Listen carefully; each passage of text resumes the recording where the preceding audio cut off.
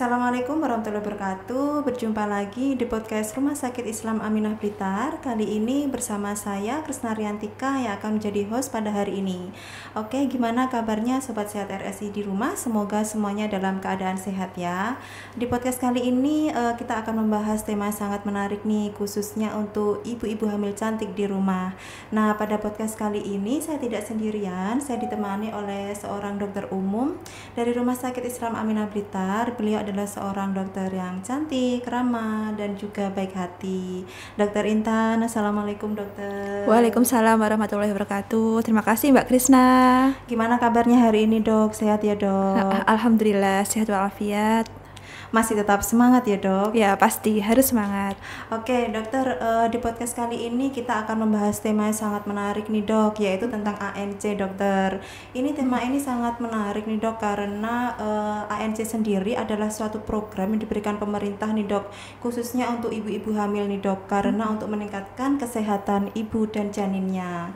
Dari sini karena ANC sendiri nanti akan mendapatkan generasi-generasi hebat dari ibu yang sehat dokter.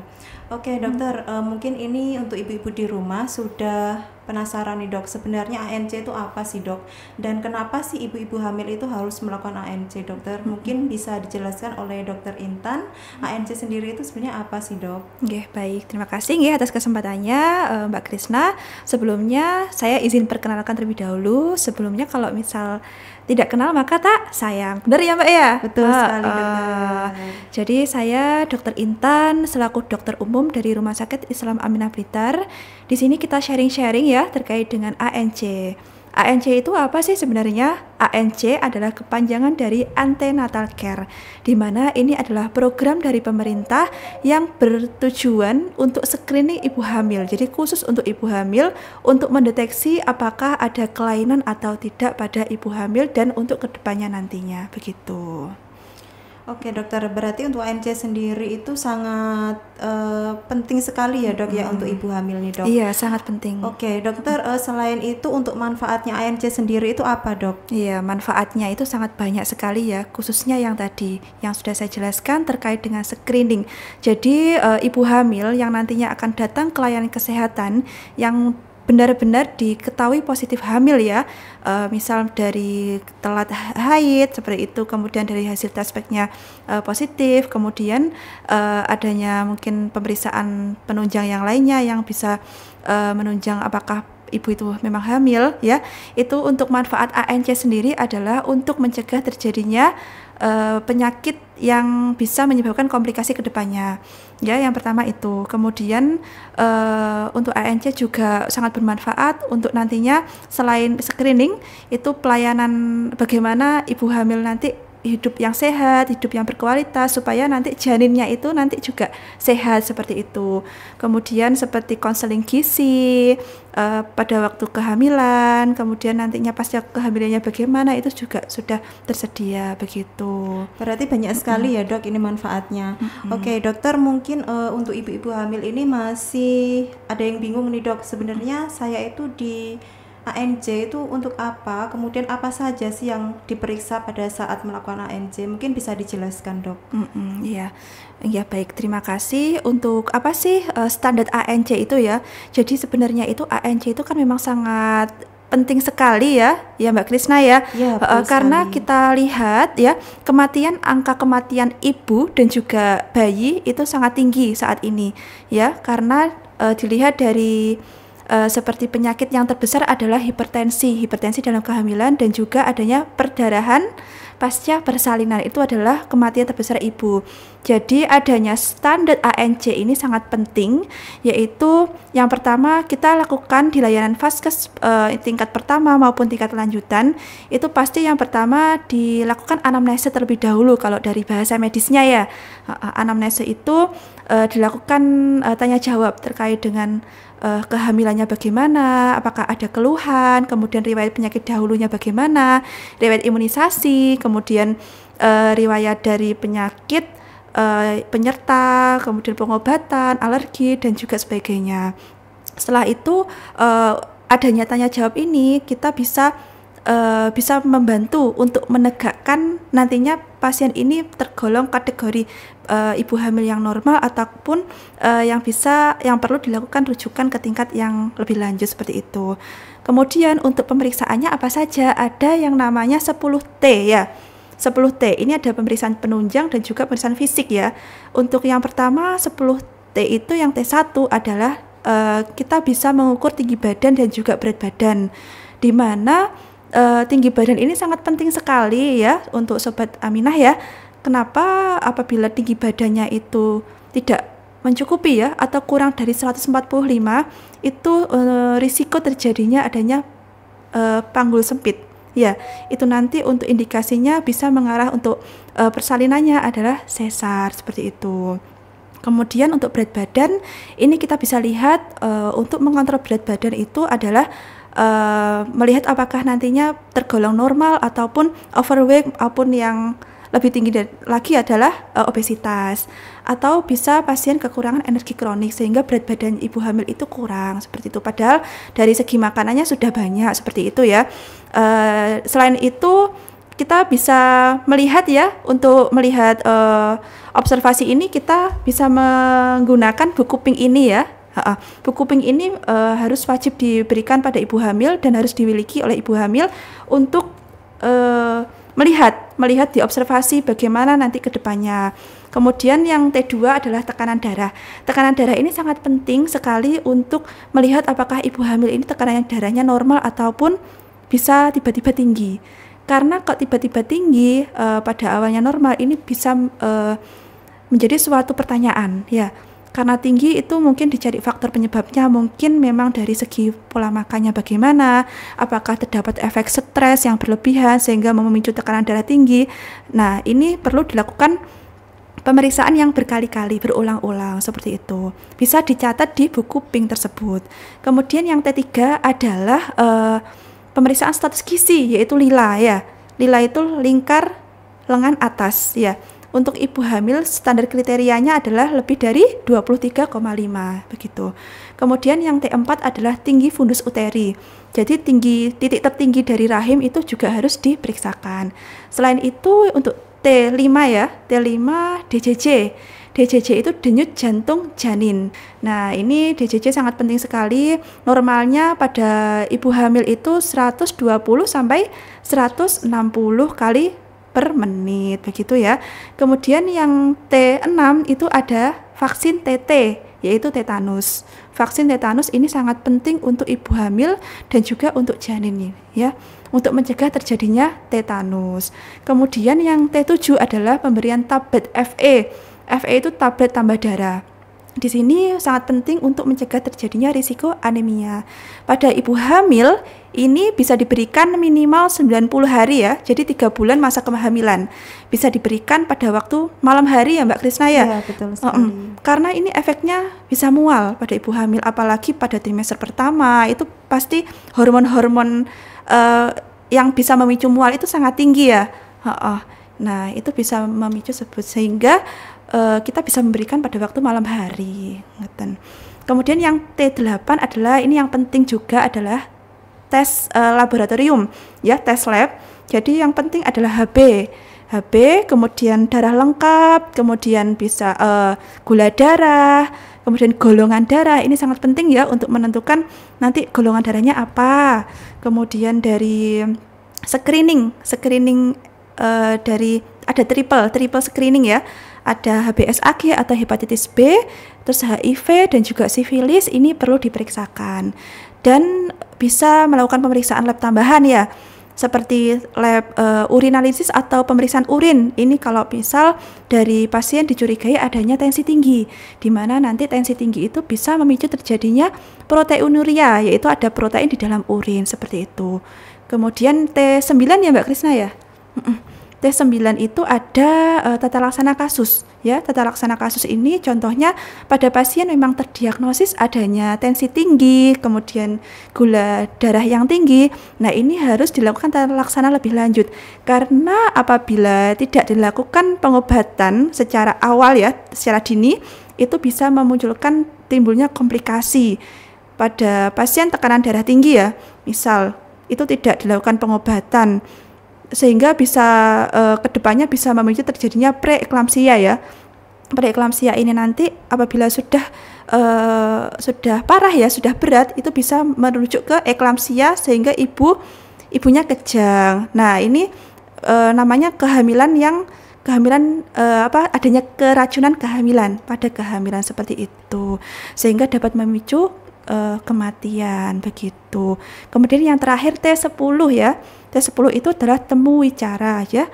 Jadi temu wicara ini kita memberikan konseling kepada ibu hamil seputar bagaimana kiat-kiat menjadi ibu hamil yang sukses ya. Sukses itu dalam artian bagaimana nanti ibu hamil dan juga bayi yang dilahirkan itu menjadi bayi yang sehat dan juga berkualitas begitu. Untuk 10T ya. Itu berarti untuk pemeriksaannya sendiri standarnya sangat banyak ya dok. Dan ini sangat kompleks sekali untuk ibu hamil. Untuk pemeriksaan ANC sendiri dokter, ini dilakukannya kapan ya dok untuk ibu hamil dok? Iya baik. Jadi untuk ANC ini kan memang wajib ya, hukumnya wajib. Untuk ANC untuk peraturan terbaru saat ini dilakukan sebanyak 6 kali ya, minimal 6 kali ya. Jadi trimester pertama itu 2 kali, trimester kedua itu 1 kali, trimester ketiga itu 3 kali. Jadi pada waktu trimester pertama ini ya, itu wajib ketemu dokter 1 kali. Kemudian yang satunya selain dokter boleh ya, seperti ke bidan seperti itu. Tujuannya ke dokter itu apa ya? Pada waktu awal-awal kehamilan itu untuk membantu untuk men-screening apabila memang nanti terjadi penyulit seperti tensi tinggi, mungkin seperti mungkin yang lainnya, penyakit yang lainnya yang harus dirujuk ke vaskes yang tingkat lanjut, itu nanti yang menentukan adalah dokter tersebut ya. Dan juga dilakukan USG. Nah, ini USG sangat penting. USG itu bertujuan untuk melihat apakah bayinya itu 1, apakah 2 atau kembar ya. Kemudian apakah memang itu benar-benar hamil ya. Itu untuk memastikan apakah ibu hamil itu memang benar-benar hamil seperti itu. Kemudian trimester yang kedua itu 1 kali ya, ke bidan boleh ya. Kemudian yang ketiga, nah trimester ketiga ini harus 1 kali ke dokter spesialis obgyn ya. Ini juga untuk menentukan bagaimana nantinya kedepannya rencana persalinannya, serta melihat apakah ada kelainan-kelainan yang bisa mempersulit jalannya kelahiran nantinya. Nah, ini di sini juga perlu dilakukan USG ya. Dilakukan USG. Seperti apakah ada plasenta yang bisa menghalangi jalan lahir, seperti itu.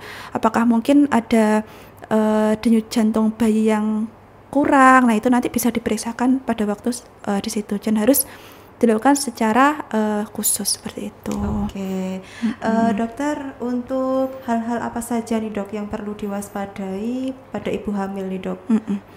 Jadi ya pasti banyak ya hal-hal yang harus diwaspadai supaya dari kita itu aware terkait dengan hamil itu, aware-nya pada diri sendiri, pada keluarga seperti itu.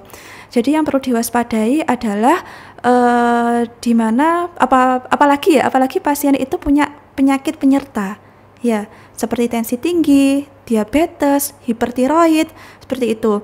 Nah, itu harus diwaspadai penyakit jantung. Nah, itu ya.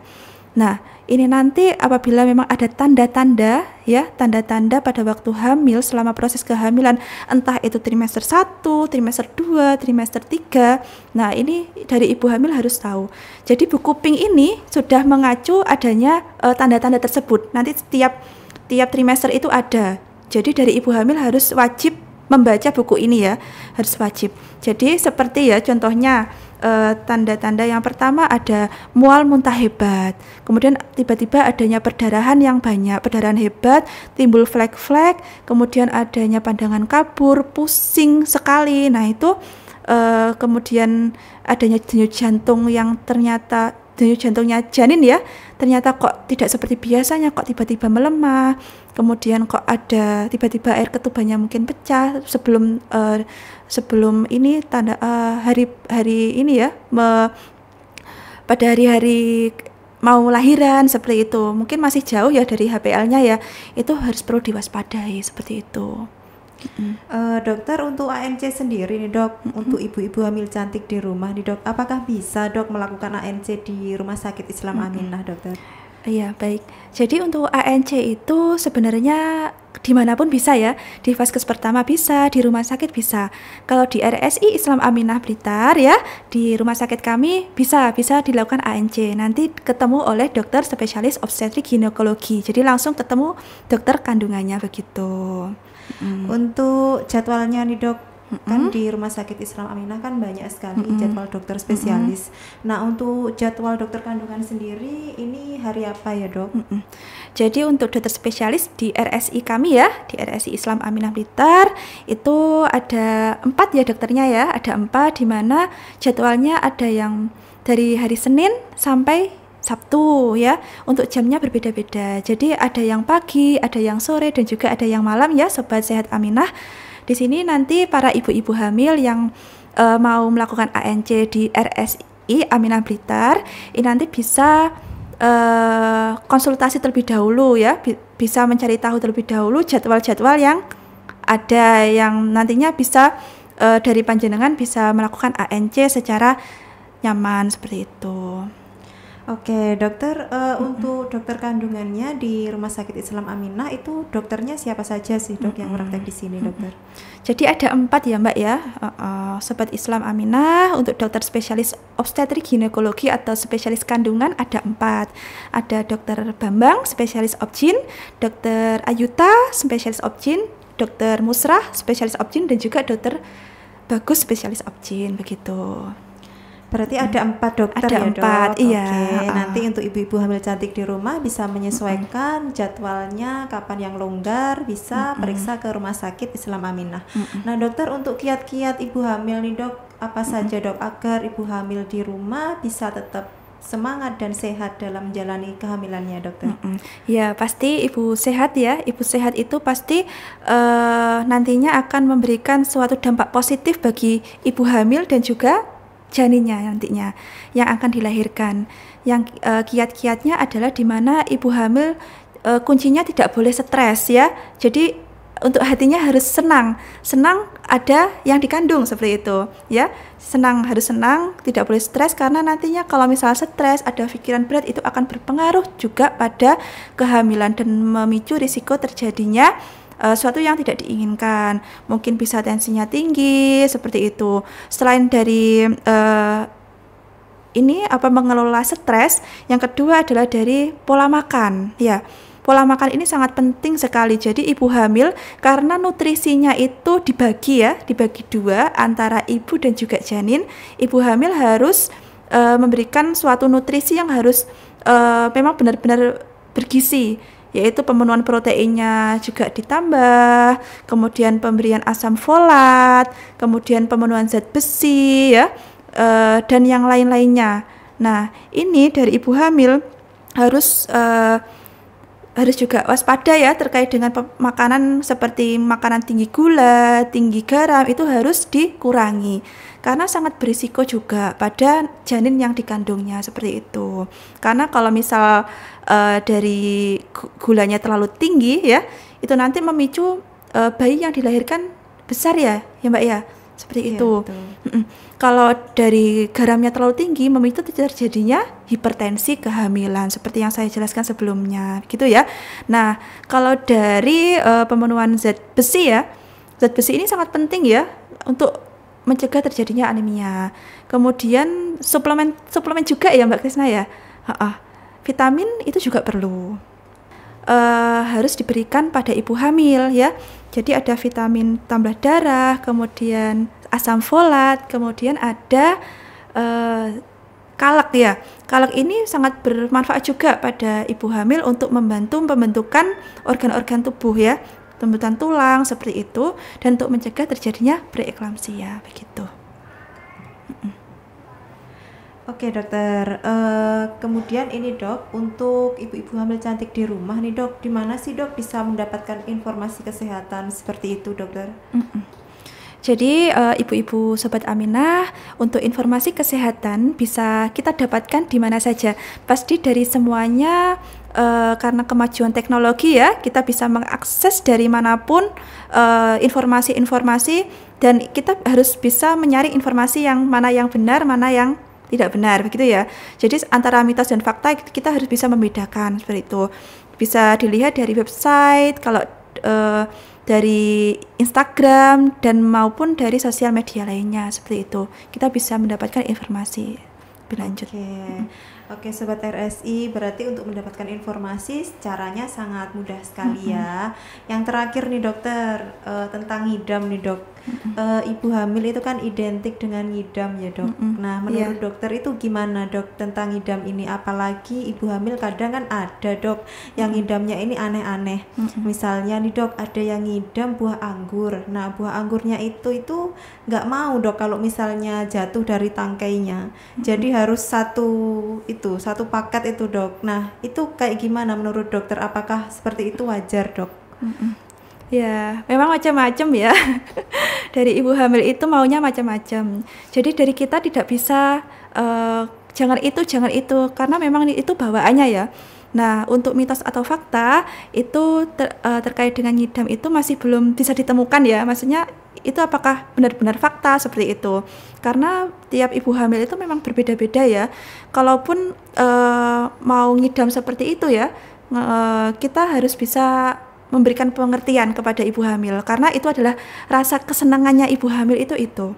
Jadi yang bisa memicu hormon kesenangan atau membanjiri hormon endorfin itu adalah hal yang diinginkan ibu hamil tersebut, sehingga nanti akan membuat senang, kemudian membuat janinnya tambah sehat seperti itu, selama itu dalam jumlah yang wajar dan yang diminta itu hal yang wajar seperti itu. Oke, berarti ngidam itu boleh ya dok, cuma tidak boleh kalau berlebihan ya dok. Betul. Oke, dokter, ini yang terakhir nih dok, motivasi dan saran apa yang dokter berikan untuk ibu hamil di rumah agar selalu semangat untuk menjalani proses kehamilannya dokter? Iya, baik. Jadi untuk ibu ya, ibu hamil maupun ibu yang akan merencanakan kehamilan ya, Sobat Aminah Blitar, di sini terkait dengan ANC, antenatal care, yang sudah saya jelaskan ya sama Mbak Krisna, terkait dengan hal ini adalah hal yang wajib dan itu tidak boleh ditinggalkan oleh ibu hamil. Hal ini akan bertujuan untuk mencegah terjadinya hal yang tidak diinginkan seperti penyakit penyerta yang lainnya yang nantinya akan berbahaya, akan menyebabkan sampai terjadinya kematian pada ibu hamil. Karena di Indonesia itu memang terjadinya tinggi angka kematian, ini akan menjadikan suatu PR bagi kita semua. Jadi para ibu hamil harus tetap waspada, harus tetap hidup sehat dan mengurangi stres ya, menghindari stres, kemudian penyukupan energi atau asupan gizi yang seimbang, sehingga pada nantinya akan memberikan dampak positif bagi semuanya. Jadi ada efeknya baik ya, untuk ibu pun juga baik, untuk anak pun juga baik, dan untuk keluarga semuanya. Jadi semua sehat semuanya, begitu ya. Oke, terima kasih sekali Dokter Intan untuk waktu yang diberikan hari ini dokter. Sama-sama. Untuk Sobat RSI di rumah, jangan lupa pemeriksaan kehamilannya di Rumah Sakit Islam Aminah Blitar. Mungkin cukup sekian podcast kali ini. Terima kasih yang sudah mengikuti dari awal sampai akhir video. Jangan lupa untuk mengikuti websitenya Rumah Sakit Islam Aminah Blitar. Apabila ada info lebih lanjut bisa menghubungi nomor call center Rumah Sakit Islam Aminah Blitar. Dari saya cukup sekian, sampai jumpa di podcast selanjutnya. Wassalamualaikum warahmatullahi wabarakatuh.